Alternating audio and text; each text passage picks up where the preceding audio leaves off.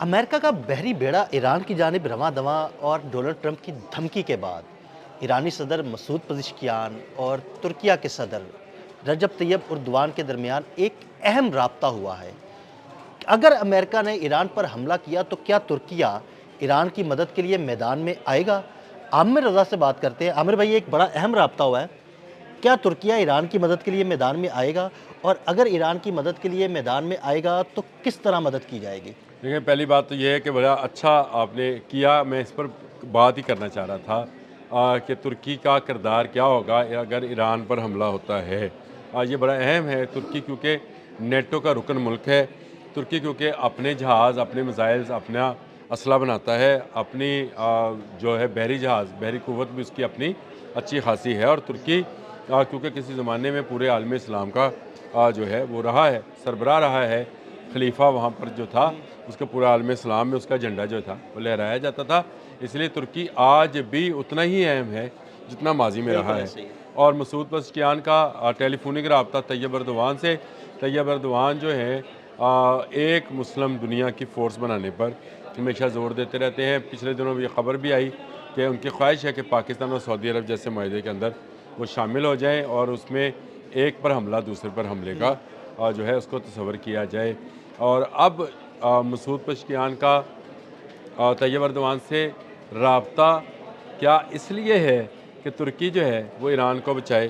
نہیں، میں آپ کو ایک بات بتاؤں، میں نے پہلے بھی یہ بات کہی کہ انٹرنیشنل چیزوں کو نا ذرا اور تناظر میں دیکھا کریں۔ تو یہ جیسے ہم وہ گاڑی کے اندر شیشہ لگا ہوتا ہے نا جی، اس میں اگر کچھ پیچھے کچھ الٹا لکھا ہو نا تو یہاں پہ سیدھا نظر آئے گا، بالکل ایسے اگر وہاں سیدھی ایمبولینس لکھی ہوگی تو آپ کو الٹی نظر آ رہی ہوگی، آپ کو پڑھی نہیں جاتی ہے۔ تو یہ بین الاقوامی تعلقات کے اندر ڈونلڈ ٹرمپ کا کل کا ایک چھوٹا سا بیان، صرف ایک چھوٹا سا بیان ہے، اور انہوں نے کہا کہ اگر ایران ہم سے بات کرنا چاہتا ہے، یہ جو ڈائیورس میں نہیں ہو رہی کانفرنس، اس میں اس نے کہا ایران بات کرنا چاہتا ہے، ہم بھی بات کرنا چاہتے ہیں، تو ایران کیسے بات کر سکتا ہے؟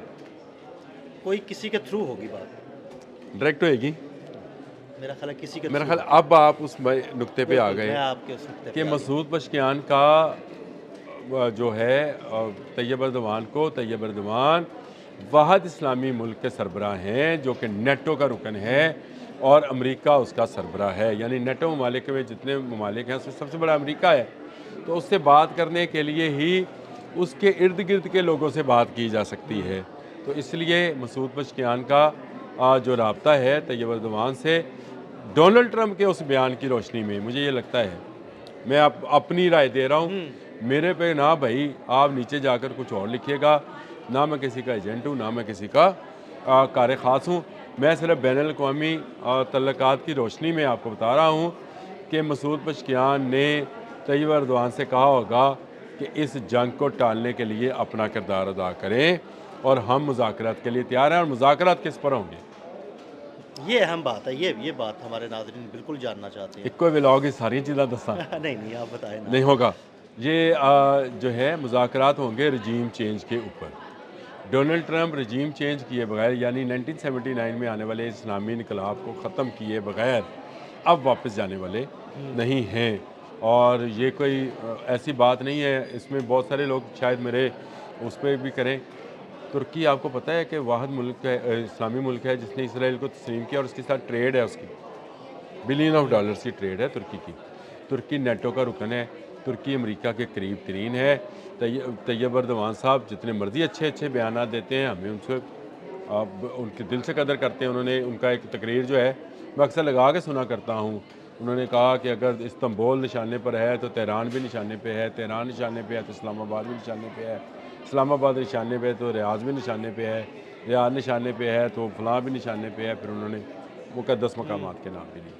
تو وہ تقریر بڑی جاندار تقریر ہے، آپ بھی سنیں، ضرور سنیں، لیکن سمجھیں کہ ترکی ایران کی مدد کو نہیں آئے گا، وہ نیٹو کے قانون کے اندر بندھا ہوا ہے، اس کو امریکہ کا ساتھ دینا ہے اگر فوجی کارروائی ہوتی ہے تو، یعنی اگر وہ ایک طرف ہو جائے تو ہو جائے، یہ بھی اس کی مہربانی ہے کہ وہ کہے جی میں آپ کو اپنی جگہ استعمال نہیں کرنے دیتا کہ ایک اسلامی ملک کے خلاف، یہ اس کا حق ہے، کر سکتا ہے، لیکن وہ پلٹ کر امریکہ پر حملہ نہیں کر سکتا ہے۔ اگر وہ حملہ کرے گا تو نیٹو کے تمام ممالک ترکی کے ساتھ نہ صرف ٹریڈ بند کریں گے بلکہ اس پر حملہ آور ہوں گے۔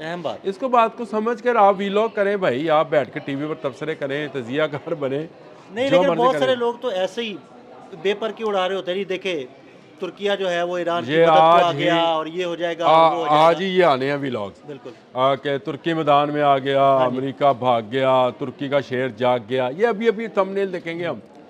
لیکن اصل معاملے کی تہ تک جا کر بات کرنا جو ہے یہ ذرا سا مشکل ہے. آپ سینیریوز کو اس طرح سے دیکھا کریں. بڑی مطلب اچھی خبر لگی کہ مسعود پزشکیان نے رابطہ کیا, لیکن میں نے آپ کو بتایا کہ اس کا صرف اگر پس منظر میں ڈونلڈ ٹرمپ کا وہ ڈیورس میں دیا ہوا ایک چھوٹا سا بیان اپنی تقریر کے دوران جو انہوں نے دیا کہ اگر ایران بات کرنا چاہتا ہے تو ہم بھی بات کرنا چاہتے ہیں. وہاں کون کون تھا؟ ترکی بھی موجود تھا کہ نہیں موجود تھا؟ موجود. اور اسی موقع پر ڈیووس میں جب ترکی بھی موجود تھا, امریکہ بھی موجود تھا, مسعود پزشکیان کا فون کرنا طیب اردوان کو بنتا تھا.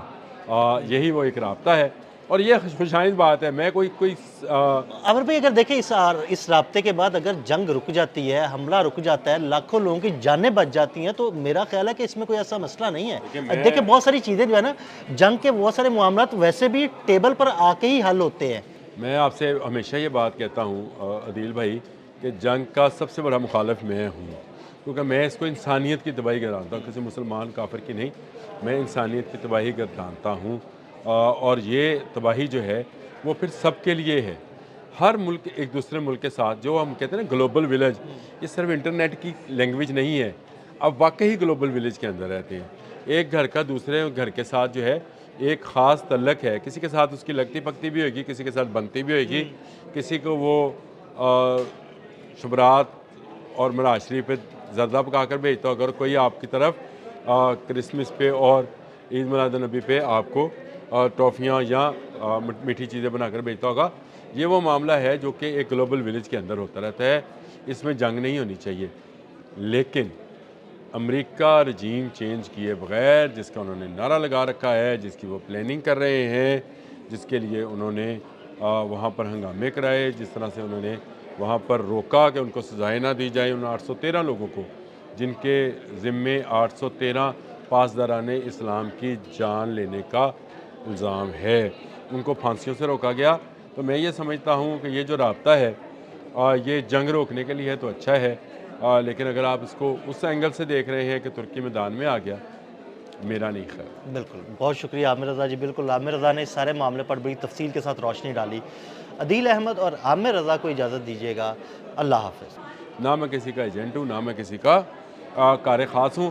میں صرف بین الاقوامی تعلقات کی روشنی میں آپ کو بتا رہا ہوں کہ مسعود پزشکیان نے طیب اردوان سے کہا ہوگا کہ اس جنگ کو ٹالنے کے لیے اپنا کردار ادا کریں.